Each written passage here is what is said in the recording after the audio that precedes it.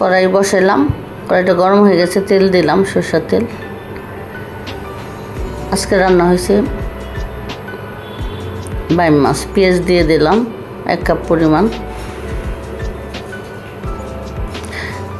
নাড়াচাড়া দিয়ে পেঁয়াজ আর জিরার পেস্ট দিলাম, একটু বাটা পেঁয়াজও দিলাম আর কি। মশলা একটু আদা আর রসুন পেস্ট 1 চামচ,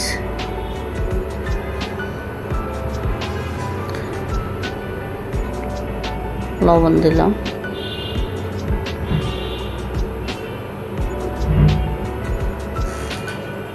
তেজপাতা দেব একটু। বাইম মাছটা রান্না কিছুটা মশলা লাগে মাংসের মতন। পানি দিয়ে কষাইলাম, হলুদ 1 চামচ, মরিচ 1 চামচ,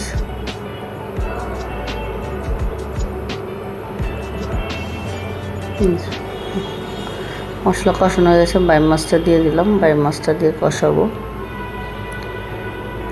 কষানো হয়ে গেছে, টমেটো দিলাম, টমেটো দিয়ে পানি দিব, দিয়ে নাড়াচাড়া দিয়ে কাঁচামরিচ দিলাম,